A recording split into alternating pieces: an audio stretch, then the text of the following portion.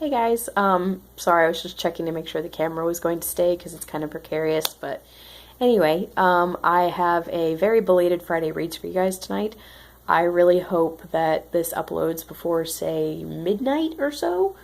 And it's kind of like, I don't know, in the past couple takes of this video, I have talked about the movie Captain America Civil War a bit, not with spoilers, but just about my experience seeing it, so I might end up doing that in this video. Actually, I'm just gonna go ahead and get that out of the way.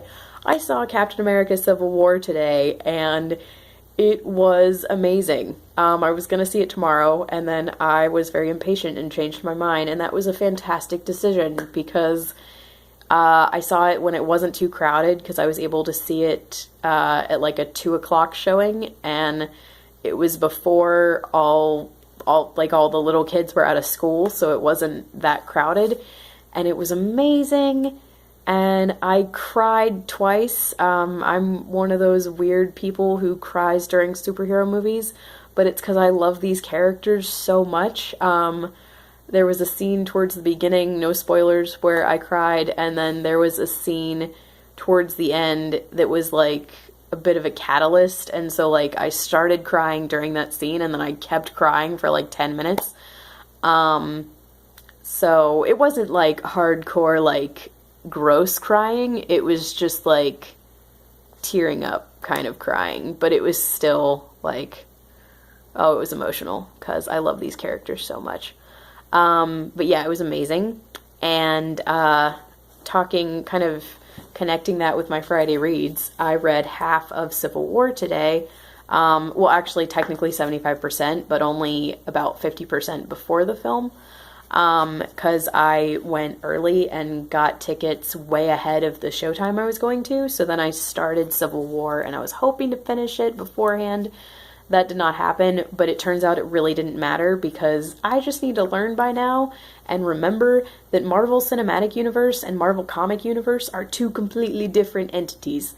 But see, that's something that I'm totally okay with because everything that happened in the Civil War film, in Captain America Civil War film, was very well connected with the movies that previously happened in the Marvel Cinematic Universe.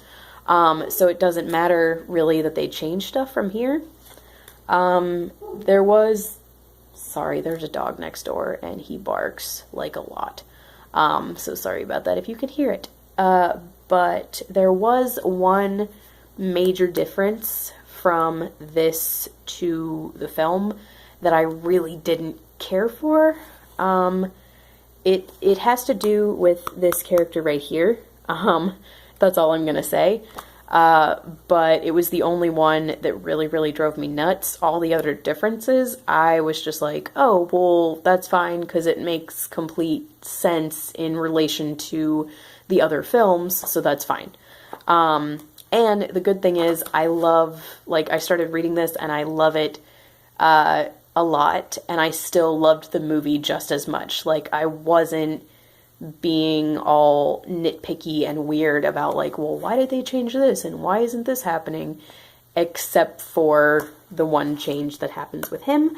But it's just because I feel like it's a little bit more of an annoying difference, and if you have read the graphic novel and then you see the film, you will know what I'm talking about. But I don't want to say, because I don't want to ruin it for people who haven't read the graphic novel or seen the film yet. So anyway, or, people who just haven't seen the film yet but have read the graphic novel. So yes, that film was amazing.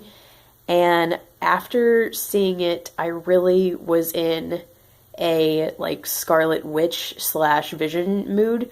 Like, just seeing more of them because I really liked the development of both of those characters and where they fit into the Captain America Civil War story in this film. And, saying that isn't really a spoiler because you know that they're both in it from the trailer, I believe.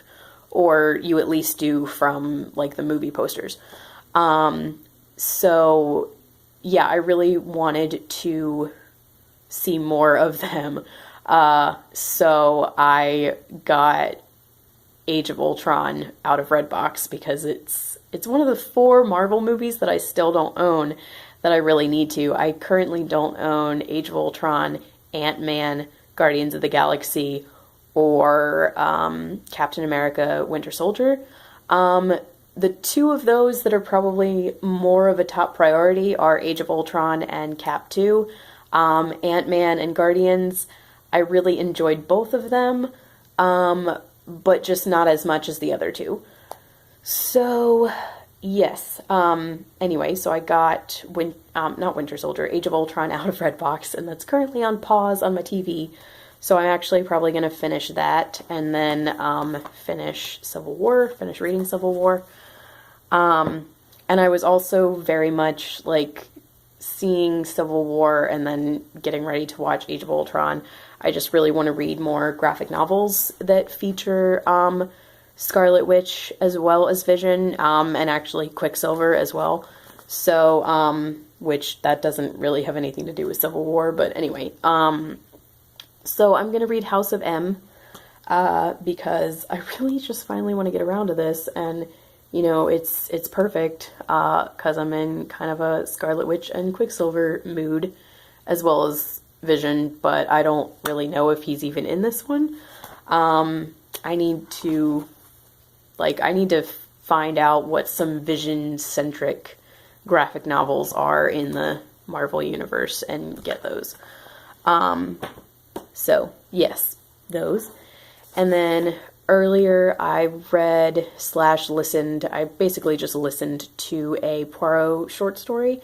It was another one that was technically from Poirot's Early Cases, but I listened to it in the Double Sin audiobook, because that has, like, basically how I'm reading all of the Poirot's Early Cases short stories as I'm listening to them in different audiobooks through Overdrive, because for some reason there's an ebook of Poirot's Early Cases, but there's not a collected audiobook of all of those stories. They're all kind of scattered through different other short story collection audiobooks.